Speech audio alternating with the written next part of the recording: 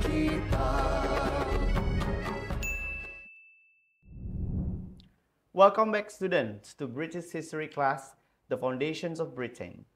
I'm Mr. Peter, and this 20 minutes journey will dive into the earliest chapters of British history, exploring the vibrant cultures that shaped this fascinating island from the Iron Age to the Norman conquest.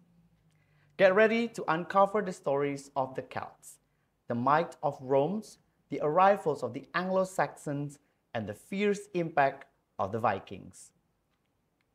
Britain, an island nation with a rich and complex past, but before the king and queens, we often associate with its history who were the people who lived there, what were their lives like, and how did wave of invaders and settlers leave their indelible marks on its very fabric. Today, we're going back in time, far before the familiar tales, to understand the foundational layers of British identity. Our story begins in many ways with the Celts. Before the Romans arrived, Britain was largely inhabited by various Celtic tribes. Now the term Celts is broad, encompassing diverse peoples across Europe, but in Britain, they developed distinct cultures. These were agricultural society, skilled in metal work, particularly iron, hence the Iron Age. They built impressive hill forts, defensive structures that dotted the landscapes, showing their engineering prowess and communal organization.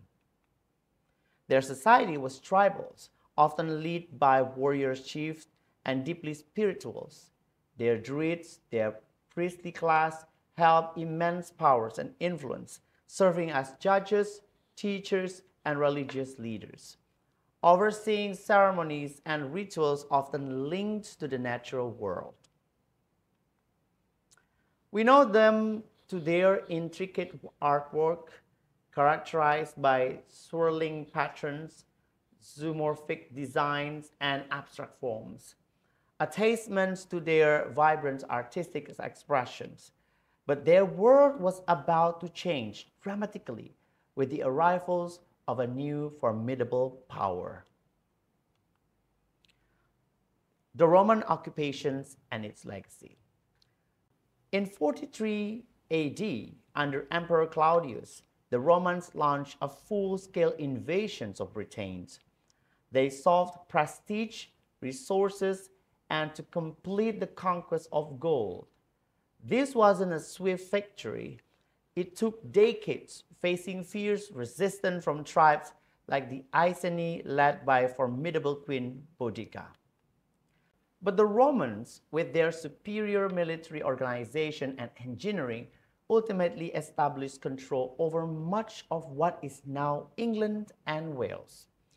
They never fully conquered Scotland, the Caledonians proving too elusive, leading to the constructions of Hadrian's Walls, a monumental frontier stretching coast to coast. The Roman occupation lasted nearly 400 years, and its impact was profound. They introduced urban living, building towns and cities with forums, basilicas, and public baths. They laid down an extensive network of roads, many of which are still visible or form the basis of modern routers today. They brought their language, Latin, and their legal and administrative systems, while the native Britons often adopted aspects of Roman culture. The Roman presence was largely an imposed one, maintained by military might. By the early 5th century, the Roman Empire was in decline, stretched thin. In 410 AD, Roman legions officially withdrew from Britain, leaving the islands to fend for itself. This departure left power vacuum, setting the stage for new arrivals. The Anglo-Saxon kingdoms and culture. With the Romans gone, Britain entered what is often called the Dark Ages. though it was far from dark. From the Germanic lands across the North Sea, new groups began to arrive, the Angles, Saxons, and Jutes. These people, collectively known as the Anglo-Saxon, settled, often violently displacing or integrating with the existing Romanic British population. They established numerous small kingdoms across the land, eventually coalescing into what we know as the Heptocracy. 7 major kingdoms, including Wessex, Mercia, Northumbria, and East Anglia. Anglo-Saxon society was hierarchical, based on loyalty to chieftains and king with a strong warrior culture. They introduced their own language, Old English, which is the direct ancestors to the English we speak today. Think of words like king, queen, house, man, woman. They are all Old English. Christianity, which had gained a foothold during the Romans era, was re-established and spread across this kingdom, notably through missionaries like St. Augustine. Monasteries become centers of learning, producing beautiful illuminated manuscripts and preserving knowledge. Their art and craftsmanship were exquisite, particularly in metalwork, as evidenced by the incredible treasures found at the Sutton Hole, a ship burial site that revealed a rich and sophisticated culture. But just as the Anglo-Saxon kingdom were consolidating, a new threat emerged from the north. The Danes, Vikings, riders, and settlers. From the late 8th centuries, terrifying longships began to appear on the horizon. These were the Vikings, primarily Danes and Norwegians, who initially came to raid wealthy monasteries and settlements. Their attacks were swift and brutal, striking fear into hearts of the Anglo-Saxons. However, raiding soon turned into settlement. Large Viking armies began to conquer and settle in part of Britain, particularly in the north and east, an art that became known as the Danelaw here. Here, Vikings' law and customs prevailed. This period was marked by intense conflict, but also by cultural exchange. The English language absorbed mainly Norse words, particularly those related to everyday life like sky, leg, get, give, and take. The struggle against the Viking forged a stronger sense of Anglo-Saxon unity, most famously under the King Alfred the Great of Wessex, who successfully defended his kingdom and laid the groundwork for the unified English monarchy. Ultimately, after periods of Danish rules and Anglo-Saxon resurgence, England eventually became unified under a single English king. The Old Age concluded with a complex tapestry of Celtic roots, Roman order, Anglo-Saxon identity, and the Viking influence. Each of these periods built upon the last, contributing unique elements to the emerging identity of Britain. Understanding these foundational layers is crucial to appreciating the rich and complex history that follows. When we think about British literature, Shakespeare's or Dickens, like a previous meetings, might come to our mind. But centuries before them, diverse people inhabited these islands, each with their own stories, songs, and wisdoms, while written evidence is scarce from the very earliest times. Understanding this foundational period is crucial to appreciating the full image of Britain's literary heritage. The Celts' oral traditions and myth. In the previous segments, we talk about Old English, Old literature, and this are a deeper understanding of it. The Celts' oral traditions and myth. The Celts, the Iron Age inhabitants of Britain, It's important to remember that much of their literature was not written down. It was oral, passed down through generation by bards and storytellers. These figures were revered, holding immense cultural memory.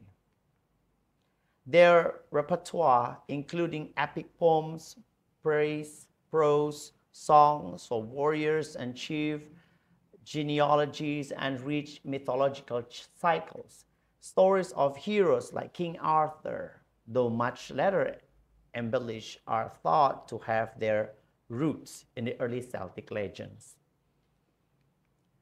The Druids, their priestly class, were also central to preserving knowledge, but they too relied on memory rather than writing. So, while we have limited direct textual evidence, the spirit of Celtic storytelling and the myth undoubtedly influenced later tradition. The Romans' Latin administrative writings. The Romans, who occupied Britain for nearly 4 centuries, brought with them a highly literature culture, primarily using Latin. But their literary contribution to Britain was largely administrative and practical.